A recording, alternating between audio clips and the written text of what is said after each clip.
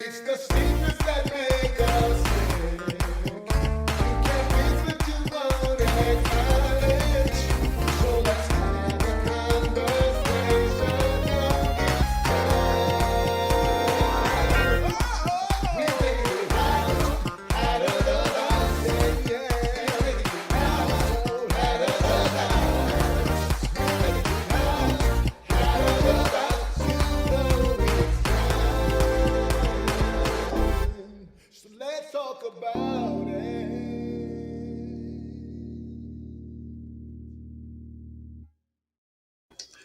All right. Did y'all hear that new intro? That music, that great vibe.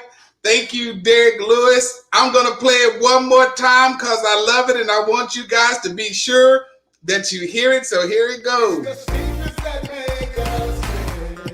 You can't fix what you won't acknowledge. So let's have a conversation of this time. We take it out of the box, yeah. Take it out of the box. Take it out of the box. You know it's time. So let's talk about it.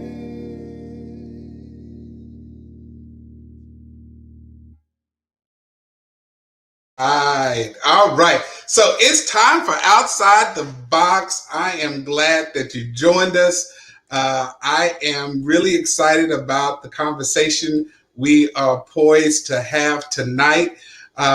We have some familiar faces, and then we have some brand new faces that we've not had the opportunity to speak for. I'm just editing something real quick to make sure that I can see comments when they come in. There we go. All right. So let's bring on our guest. Our first guest is Miss Erica Monique. Hey, Erica, how's it going, girl? It's going. How's it going with you? All right, all right, all right. And Pastor E. Hey, Pastor. What's up, brother? Shalom. How y'all doing? I'm doing well. I'm doing well. Did you see that intro, Pastor? I seen it twice, Bishop. Yes, sir. You know, I'm excited about it. I'm excited It is about pretty it. dope, though. It is pretty dope. All right. So today's conversation is conversation that I've titled "Is as a question: Is the church in crisis?" And the reason for that title is I hear a lot of conversation about the current state of the church, what those most visible in the church are saying and doing, uh, and so those things have kind of a different impact, Jones, than people like me or you who don't have as national of a forum. But unfortunately, we're all kind of packed into the same box, if you will, based upon actions of others that we don't even know personally, have any contact with. And so there are kind of three areas I'd like to kind of take the conversation. The first one I want to, I guess, jump into, and I really had it as third, but I saw a conversation on Facebook, and I want to jump into it. The conversation is about Pastor Osteen in Houston having received 4.4 million in PPP loans. Those loans that were designed for small businesses to be able to get their payroll going, that payroll protection plan, those small businesses to make sure that they could afford to. And so there's been this lot of conversation concerning how appropriate or inappropriate it is for an organization that pulls in millions upon millions of dollars to receive those kinds of funds. And so right off the bat, I want to kind of hear your initial reaction to the idea that Lakewood Church got millions of dollars in PPP loans. You are a pastor, but you also are a small business owner. You're an entrepreneur. So, what are your initial thoughts about that? Well, I think my initial thought will come from a business owner's point of view. Okay. Keep in mind the way it is set up, most people don't know the way it is set up is designed for smaller businesses. It's designed for smaller churches. When they have initially created this, Lakewood was not in mind. It's not what they had in mind. And so, being that twice now, we have applied for it and did not receive a dime either time. It's somewhat frustrating, I guess I would say, to see that. Now, keep in mind, you have to also understand that you get letters, phone calls, emails, everything regarding this loan because you are a small business owner. And so it's kind of frustrating that the first time we applied, they said the funds were gone, right? When they had called me 3 days prior and walked me through the whole process. The second time we applied, we haven't heard anything from them, you know. Now, on the flip side of it, it's almost, it's just equally as frustrating, especially when you know that as a small church. Now, I know there's some guys, there's some pastors, some churches that have not been as affected financially by this whole pandemic as mine has, right? But there's still a lot of pastors I know that their income, I'll speak to my church. I have lost literally 70% of the church's income. Wow. Right? And so it's hard when you have a church that's struggling. When I know when you created that law, when you created that bill, you had my name on it. But and then you get the funds. But I didn't get the funds. But somebody else can manage to get $4 million who doesn't need any of it when the main source of their income is online driven. It's harder for me to understand how they needed $4 million, if that makes sense. So that's my opinion on it. That's my point of view of it. Okay, and now a non-pastor point of view, Erica, what are your thoughts when you hear me say that Lakewood Church, the largest church in the country, received $4.4 million in PPP loans? Initially, how does it strike you? Well, first, can you hear me? Yes. Okay. It doesn't surprise me. I'm not surprised that in not just a church, but an organization of that magnitude would be able to get funds that are meant for small businesses. That's not surprising to me. It's I expect that, and that's sad for me to have that impression. But that's my impression. I feel like that was going to happen. Wow. Well, so I guess before I ask my next question, I want to address a comment that was made. It says church should not be a business. Would you agree with that, Erica? No, I only in the sense that there is a portion of the church that that does rely on. I mean, you have people that clean the church. You have other things that keeps the church operational, and in that sense, it is a business. To keep the lights on, that's a business.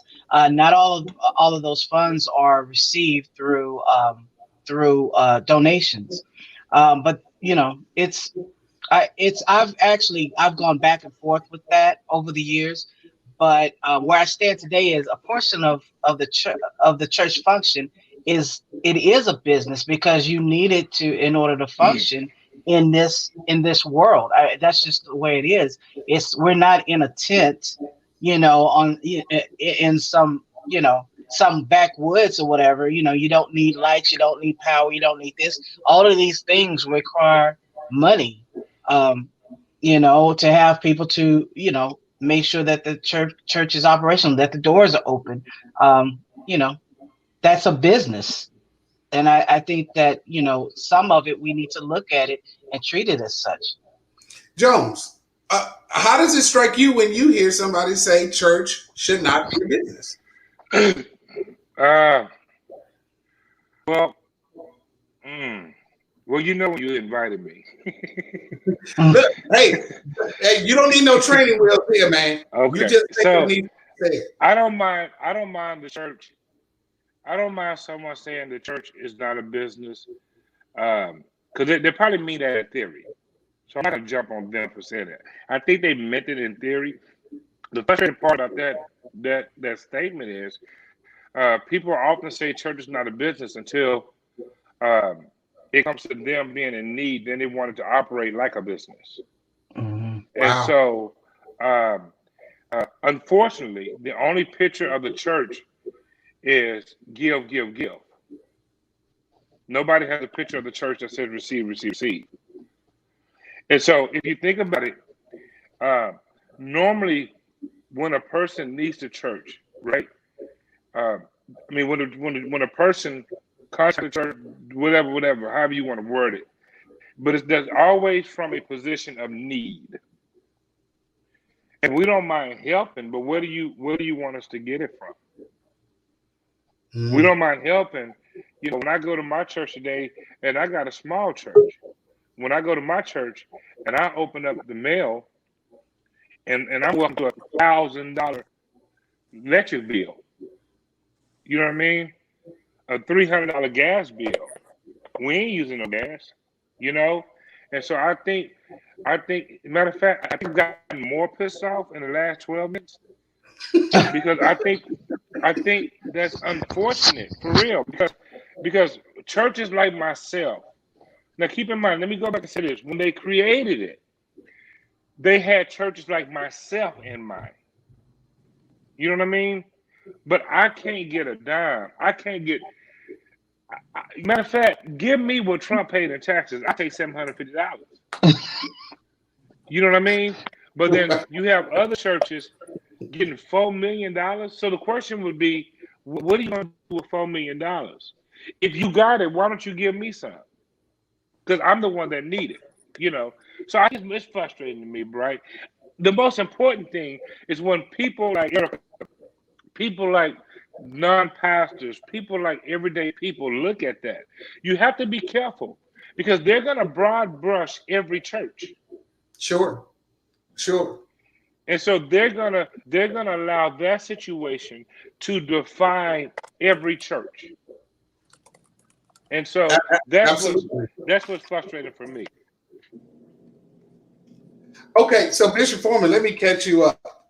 We have and thank you so much for sharing and coming in with us. Bishop. Hey y'all, hello.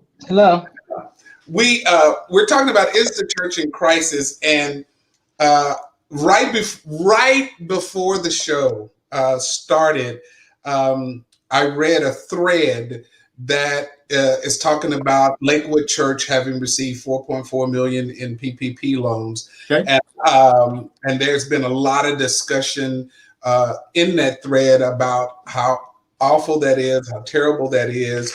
And so we've been kind of taking the pulse here of our contributors today.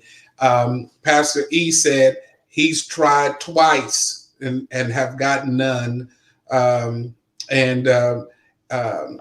Erica said she is not surprised that larger organizations are able to take advantage of those types of benefits over smaller organizations. And so that's kind of where we are are so far.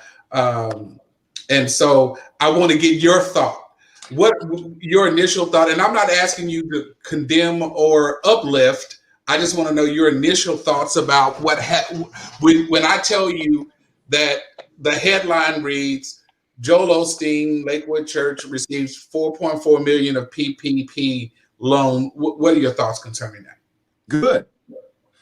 So first of all, let me greet everybody. Good to see everybody. So here's the deal. PPP is this Paycheck Protection Program. The amount you got is based off of a percentage of what you spend. So if you got 4.4 million, that means your payroll. I think you got like I forget what the calculation was. You got a percentage of your payroll. So if you got that much, that means you're paying a lot of people. If memory serves me correct, I think he has a staff in excess of 300 and something people. Yeah, it's right around 400 people. Right. So at the end of the day, when people say, "Oh, that's bad, that's bad, that's bad," guys, and I'm at the end of the day. And I see a lot of the different comments and they don't deserve in this. Guys, ministry costs money. Ministry costs money. The gospel is free. To get it to people costs money. Pastor Jones, I heard you talk, or Pastor E. Okay, come on, look, that's your street name. Come on, Pastor E. You gotta tap that head though, Pastor. But so here's the thing. Ministry costs money. There's staff, there's facilities, there's streaming, there's equipment, all these lights and all this stuff. Like Ike Turner said, this stuff costs money, and this stuff costs money. This stuff costs money to do. And at the end of the day, the more overhead you have, the more expenses that you have. So it is disingenuous to say, well, he got $4.4 million. Well, let's be clear. There's other company, again, he employs 300 people. How many people does he feed? How many people? There's benefits. So they didn't take advantage of anything. You literally got a percentage of what your payroll and your overhead was.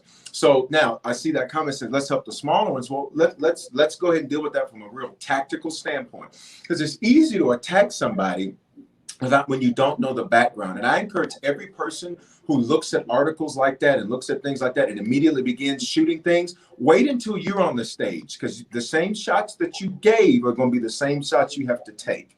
It's very dangerous to start criticizing people who are doing things when you don't really know, right? I used to look at certain people and I would criticize because from my seat, it looked like it needed to be something. And then when I was sitting in that seat, I said, oh my God, Father, forgive me for ever putting my mouth on somebody I didn't understand. Right. Just like a single mom might say, Bishop, it's hard out there. And a man may say, no, it's not. You just need to, tough it up and do this and this. But unless you've sat in that seat, it's a very dangerous thing to start throwing rocks with that. But from a real practical standpoint, I don't know all the details of it, but I do know that when it comes to, I know Pastor Jones, you mentioned it, and I saw the comment, well, let's help this, different size churches and different size ministries. At the end of the day, a lot of that has to do with the banks that you deal with. We've got banking relationships. I can only speak to me and Harvest. We've got banking relationships. But part of that is because the way Harvest runs our business is those banking relationships that we have. We made sure. And so I insisted, and let this be a lesson for every entrepreneur, Bishop, and then I'll be quiet. I don't want to hog the time. But let this be a lesson for every entrepreneur. When you are a boss and a chief, you need to deal with chiefs. So when we deal with our bankers, I don't deal with a banker. I don't deal with a teller. I deal with, and I'm glad you said, they're going to put it back up there. Put it back up. Let me deal with that. I deal with the chief. I deal with the executives. And then it said, then pay taxes. Churches do pay taxes indirectly. You pay income taxes. You pay payroll taxes. You pay FICA, Social Security. Your business, the church is generating local sales tax, which is actually what pays for local services. What the church does not pay is federal income tax on any profits that it makes. But you know who else does it? Amazon. You know who else does it? GE. So let me just help, because there needed to be some help there as it relates to that. So the argument's not washed. It's important that we have a full 360 so that we're moving in that. So it's a short-sighted argument to say something's wrong with the man. Feed as many people as he feeds. Do what he does, and then there's that. But a lot of it has to do with the fact that churches and businesses were banking. They did piss poor job. Excuse me, but this is Bishop Bright, so he's okay with me saying that. I'm okay with you saying that. They did a piss poor job. Who you need to be mad at is the banks. The banks did this. And you want to know why? The banks make more money for bigger loan sizes. The bankers are who you need to be mad at, not the churches, not the businesses, the banks. So Pastor Osteen simply took advantage of an opportunity available to everybody, and the banks decided who they would rather give the money to. Sure, because the banks are paid. Short lesson for everybody in banking. When it comes to those government loans, you are paid in what's called a BPS system, basis points, which means the bigger the loan. So 1 basis point on a $4 million loan, that is, what is that? That's 40 grand, all right? 1 percentage point, right? On a $10,000 loan, because PPP was based on the size of somebody's revenue and the size of their payroll, $10,000 loan, you're getting less money. So the banks are who did that. That's who you got to be mad at. Just like the last time the economy crashed, the banks did that. The banks did that. Let's see, we're not going to pretend that privilege and favor wasn't a factor in some of these applications, helping big business over small business as it was intended. He just literally said that, right? And I get the premise of his point, right? I get that. But my biggest problem with it is this. Again, let me go back to what I said. When they originated this, right? It was to keep smaller churches from crashing, right? And so my biggest frustration is to be on the phone with somebody for 45 minutes to walk me through the whole process, right? They call me, they email me, they went old school, they sent me a letter, right? And then when we finally get all done, then they say, oh, there's no more funds available, right? The second time, no response.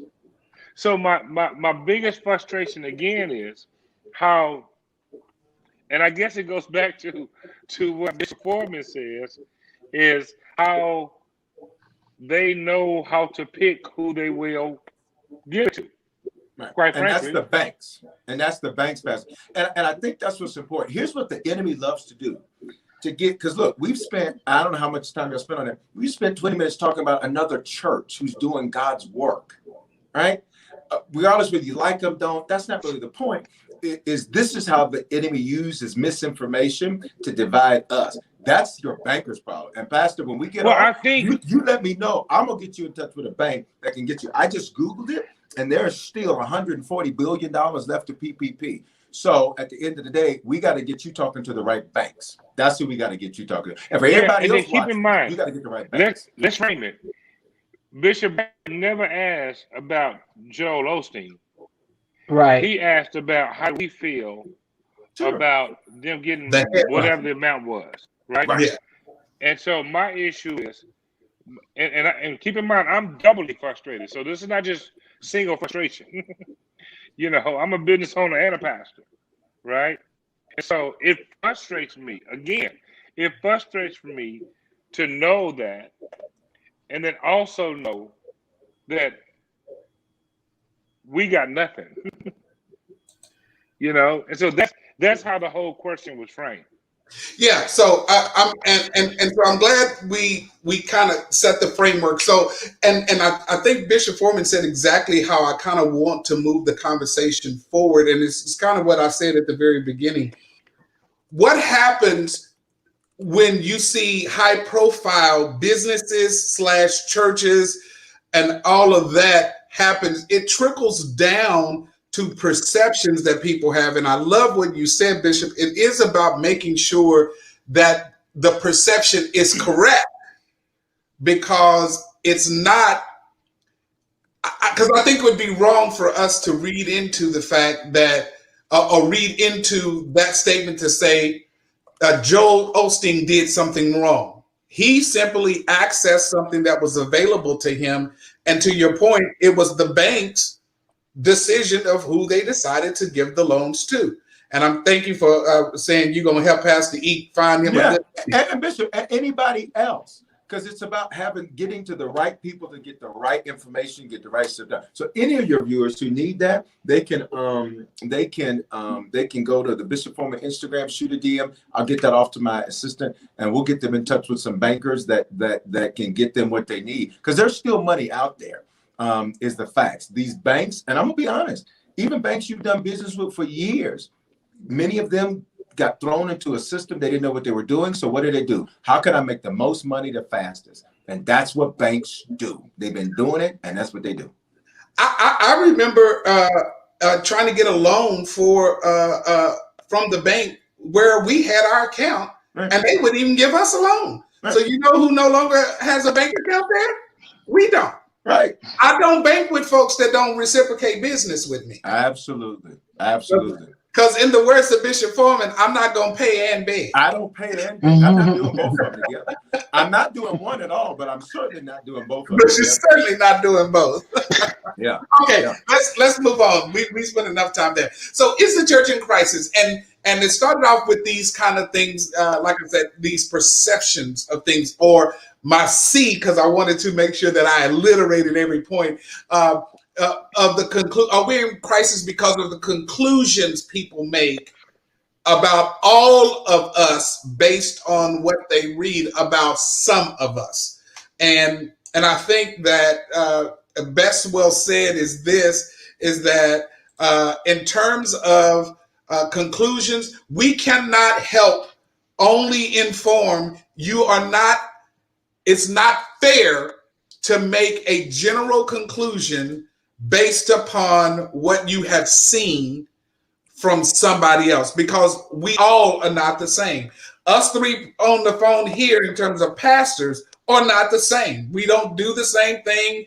We don't run the same way. We are individuals that we have to follow the lead that we have. So is the church in crisis because of conclusions? Possibly, because there's so much misinformation out there. Let me take this one more on this vein, and then I'm moving on.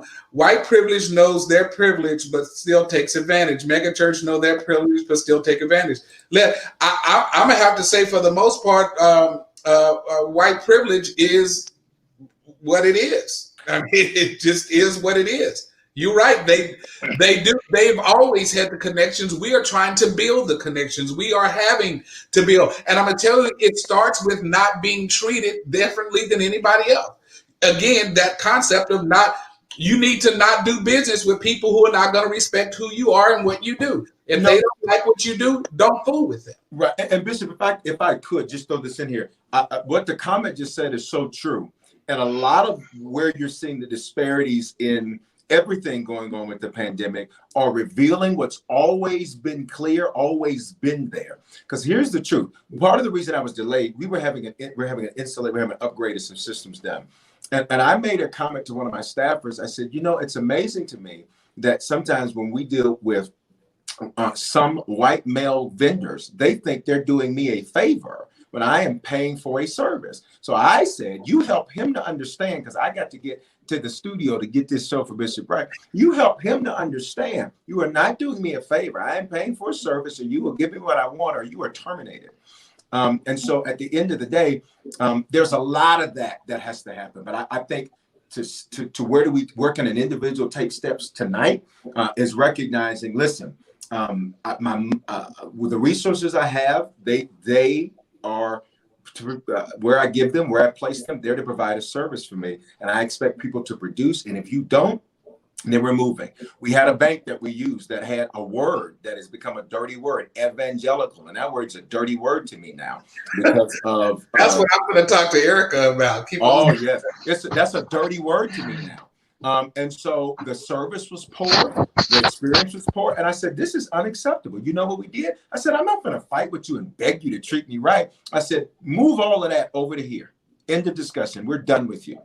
That's what we did. And so I think every person, black, white, tall, short, Hispanic, Latino, if you are not being given good service where you're at, you do not beg anybody to do anything for you. That's a slave mentality. No. And I got the dollars, and my goal, the golden rule is he who has the gold makes the rules. So live by this rule, or you can go find you somebody else to deal with.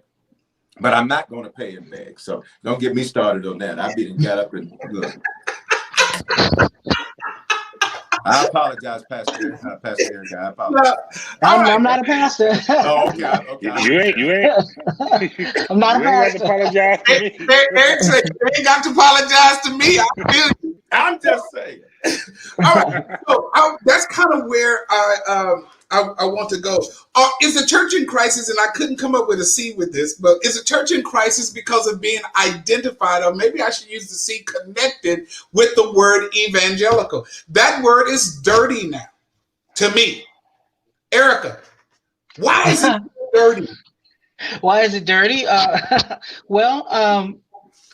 Because to me, this is my opinion, that a lot of people are making, let's see, the nationalism their identity instead of Christ their identity.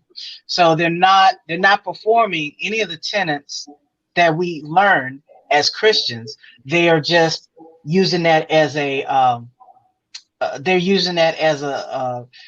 that's their what do you call it when you're in school? You have not a logo, but you have have like a mascot. It's almost like that. They're not walking.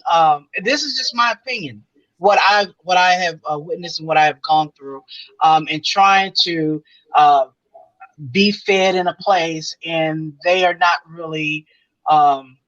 That's not the goal. The goal is to live up to this nationalist type of ideology, and I don't fit in that.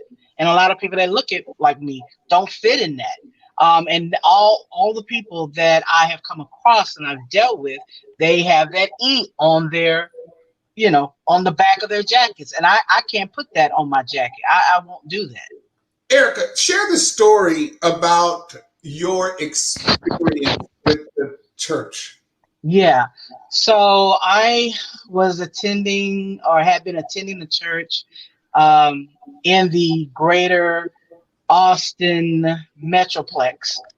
And I had been going there for years, maybe 4 or 5 years. And along the way, I started to realize that I was starving there, and I couldn't figure out what it was. And then I started to really pay attention to the social unrest that was happening. And I would go to church because I was feeling frustrated. And I wanted to know, how do I deal with this in a Christian, with a Christian mindset? How do I deal with this? And none of those issues that we were seeing happening on the street were being addressed in the church. And so I would go, and none of those things were brought up. We had all these killings, and none of that was brought up. And so I eventually stopped going, and I grew to have animosity towards that church and towards that pastor. And I thought about it, I prayed about it, and I said, this is not right. I need to speak with the pastor. So I asked for a meeting.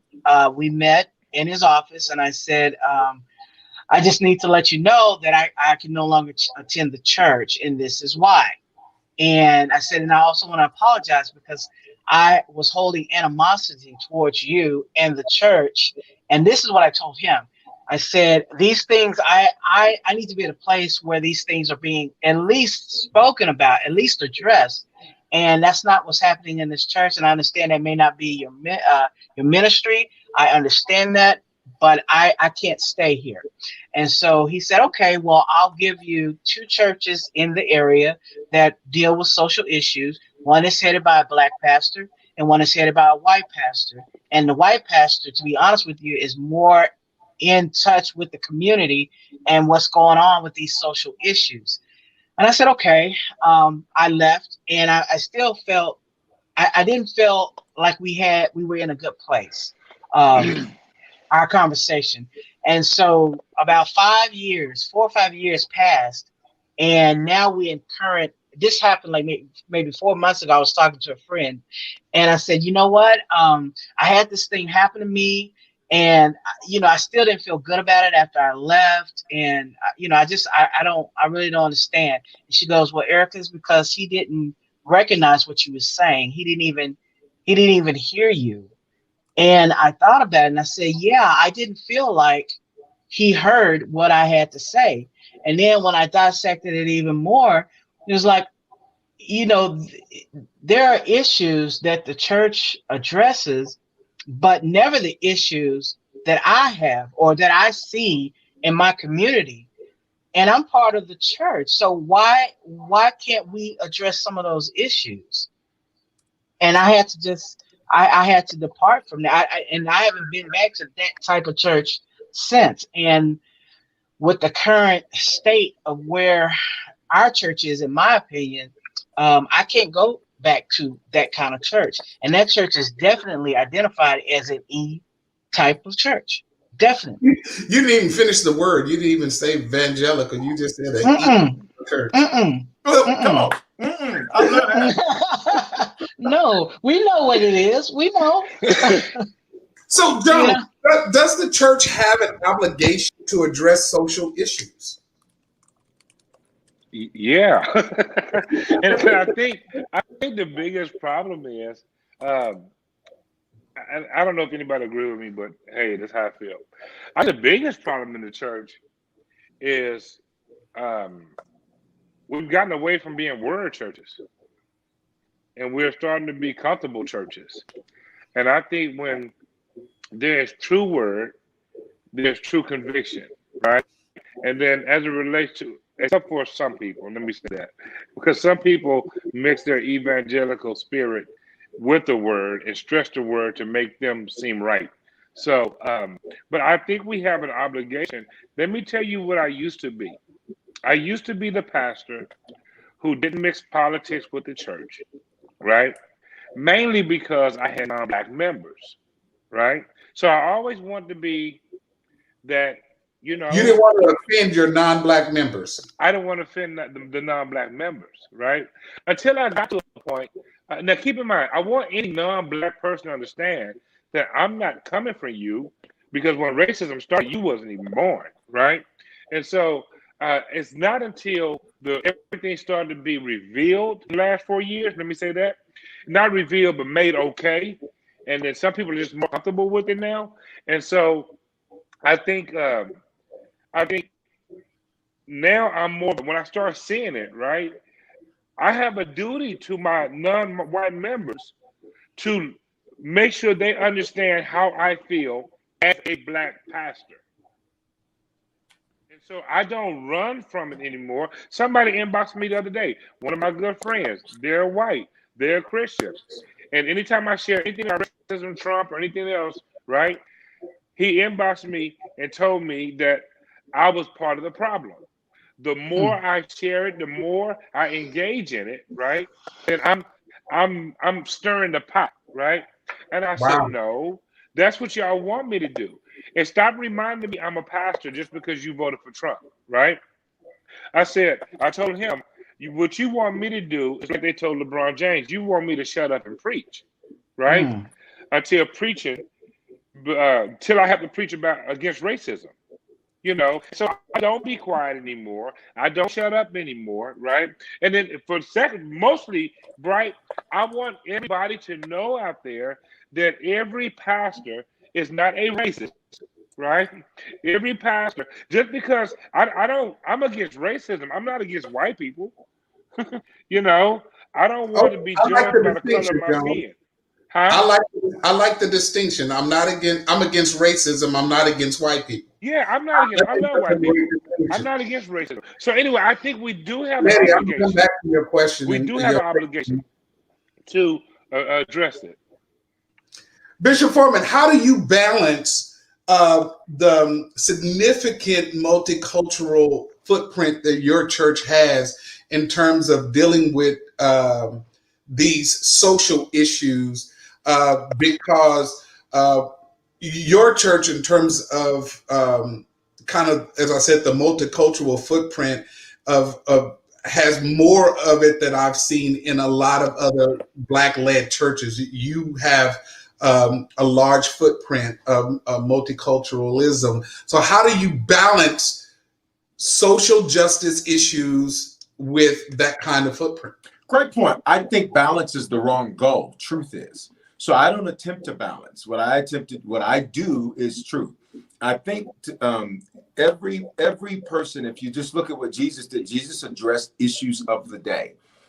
He addressed what was going on with issues of the day. Now, that being said, the way people do that is going to be different. So for me, my assignment, because I said, God, what do you want me to do in this? My assignment, I would address the issue with truth, but then my assignment was to influence the influencers. So was I out marching and doing that? No, that wasn't my assignment. Instead, I got on the phone and I got a hold of all the legislatures here and legislators here, particularly those we have access and deal with. And I said, we need change, and I need it today. And so I need to know what we're going to do. So we started that process. So Colorado, as a result of one phone call, Colorado was the first state to pass comprehensive, it's called the Law Enforcement Integrity and Accountability Act. Under that new law, the AG just decertified 6 officers that lied. They can no longer do that because they lied. They lied on a report, now they gone. Good. But that law's got so many other things in it. It forced just slightly prior to that, it forced Jared Polis, the governor, his hand to investigate the gentleman in Aurora, the young man, and his name, I apologize, I had it right there and it escaped me.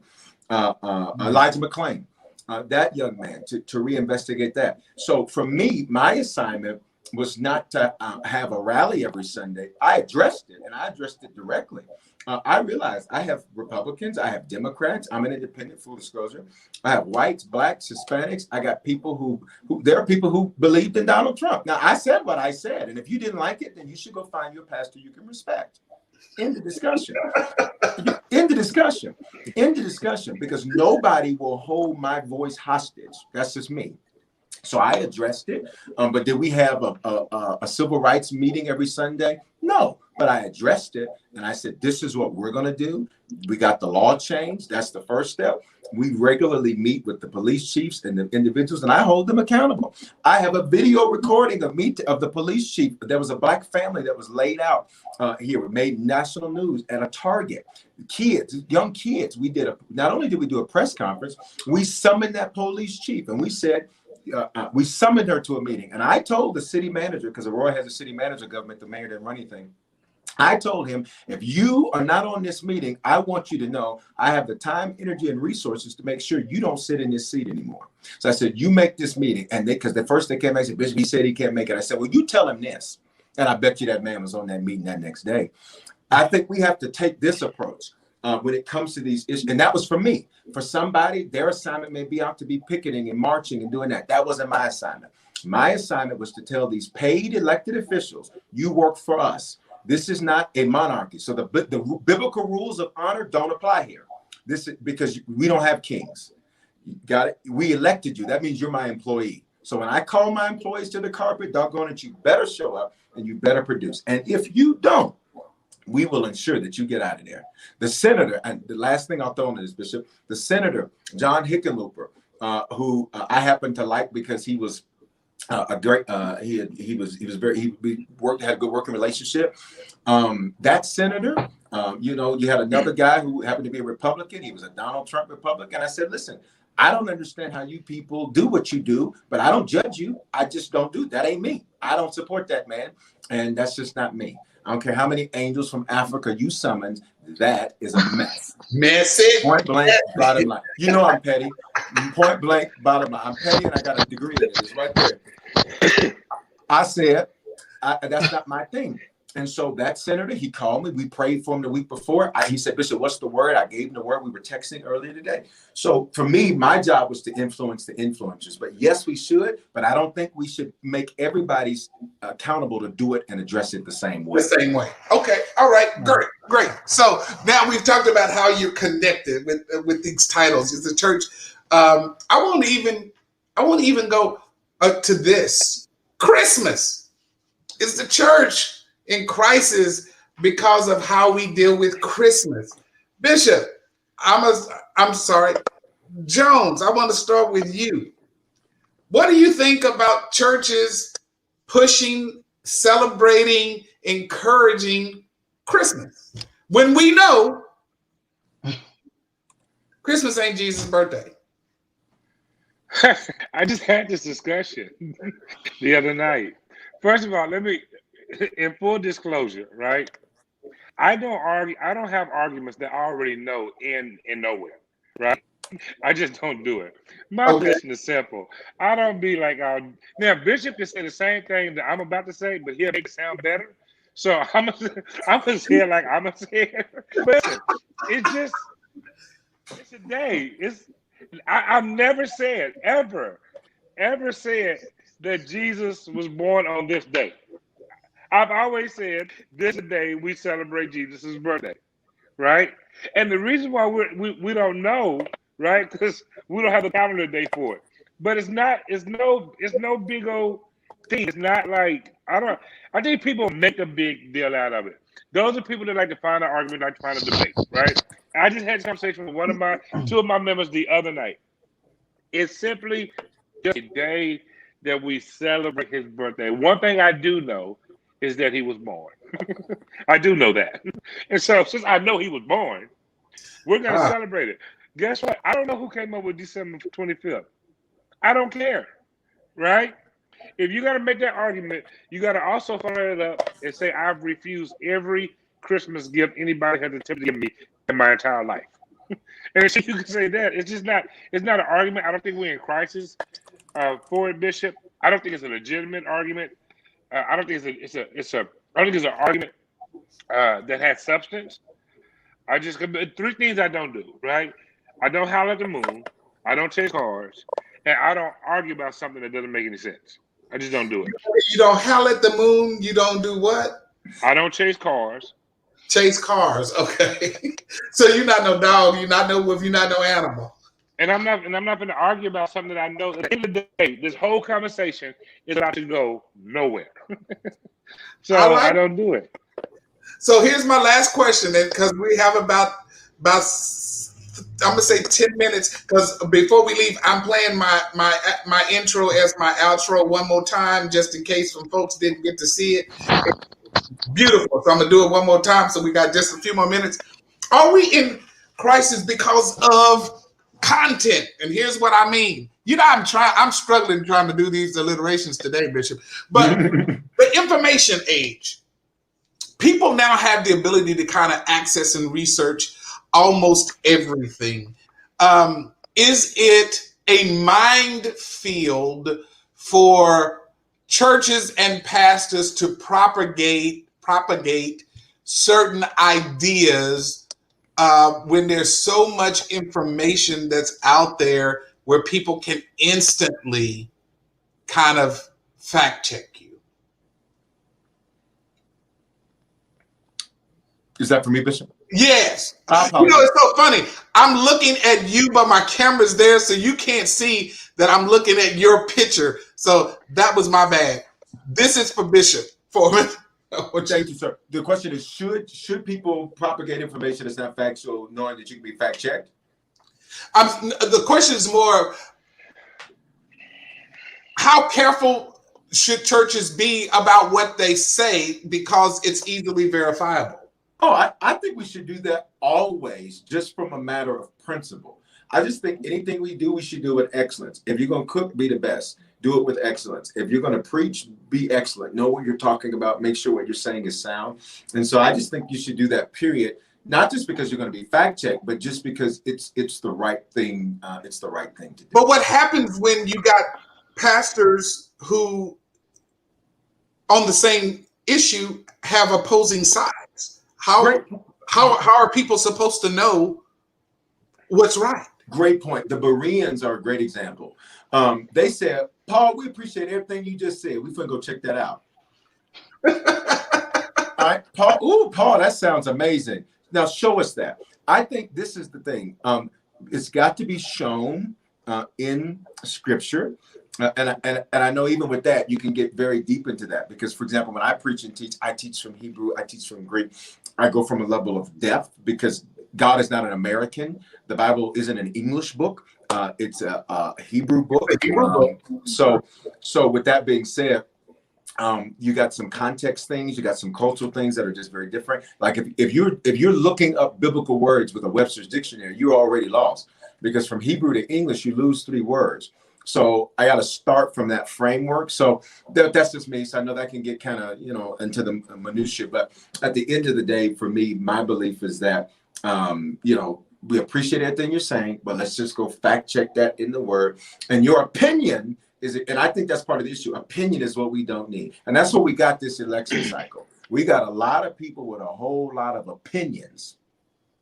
I believe this, the Lord showed me this, the Lord showed me this and that, this and that, and this and that. All in the name, let's just be honest, of protecting white privilege and white supremacy, because that's really what drove it.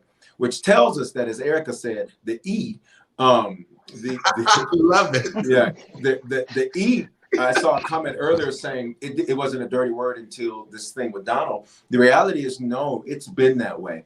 It's just been under the surface. And I think we need to thank God. Everybody listen to what I'm about to say. I think we need to thank God for what we have dealt with over the last 4 years, because it showed what we thought was healed and fixed. And I think we need to thank God that he revealed what's really in the hearts of 75+ million people. And I'm not against anybody that voted for him. I love God, I love people, I love life. So it's not that. It's the issue of, if you're trying to protect white supremacy, you have a problem and you need some help. Bishop, I just told somebody 2 days ago, I literally thank God for Donald Trump, because if it had not been for him, I'd have not known you was a racist all these years. Wouldn't have seen it. Wouldn't have seen it. Wouldn't have never known it. Wouldn't have seen it. Yeah, I like that. Go ahead. Quinn says, I think we lose credibility when we don't accurately teach against a false teaching. Erica, in your experience, have you found that that's been something that actually has happened in the churches you've been involved in? Especially I told you a story a couple of days ago, and I don't know if this lady learned this in church, but we were sitting at a dinner table, we were having conversation, and I don't know what we were talking about, I don't remember, but she goes, well, yeah, God meant for there to be slaves, it was in the Bible. And I go, no, he didn't. No. And it dawned on me that, whether she was told from her people or from the pastor, whoever, some of this stuff that we are dealing with is false teaching. And when we don't read and try to, negate some of that bad teaching, that hurts us. That puts us more into a crisis mode. You know what I mean? And that's what I was dealing with that. And I called her my friend, but after that conversation, I didn't know what to call her, because I'm being very serious, because she looked, I felt that Erica. She looked at me. Yeah, she looked at me in a certain way, She called it F. She said, we ain't friends anymore. Hey, F. I continue to, be friendly, but we weren't friends, because anyone who, I just can't, just even on a common sense level, that just doesn't make sense. You know what I mean? Like, you don't even have to, in my sense, you don't even have to read to know that doesn't make sense. But the fact that she had that idea, and we were up in age, we were over 30 plus, and she lives in church, and she still had that thought process and said that it was in the Bible, and it just, and I know that she read, because we had Bible studies together, but did she comprehend? I don't know. Was that something that was taught to her and she just never broke out of that? I don't know. But we need to be able to, teach against false teachings. Yes. All right. So we've been talking for 54 minutes now, just about these various things that comes up. I want to say this as we kind of close, and that is the reality of all of the situations that we've talked about is you got to take some personal responsibility to read, and not just repeat information that you heard somebody else say, because it's real dangerous to hear a part of something, read a part of something, not have a full grasp of it, and then start perpetuating it with folks that you know. It's real dangerous because it creates a situation where you start creating a narrative that's based upon bad, half, false, or totally wrong information, and it affects people. It affects people. The second thing that I want to say is the church is always going to be under attack because that's what the enemy wants. He wants us divided, but the reality is those E's, beware of the E's. Yep. Right. Yep. Because just because you say I'm a Christian, your actions speak louder than your words. Mhm. And if you uphold and support foolery, don't call yourself a Christian because Christ didn't act like that. Mhm. Now, here's the last thing. It's the secrets that make us sick. You can't fix what you won't acknowledge. So let's have a conversation on this time. We're taking it out of the dark, yeah. We're taking it out of the dark. We're taking it out of the dark. You know it's time. So let's talk about it.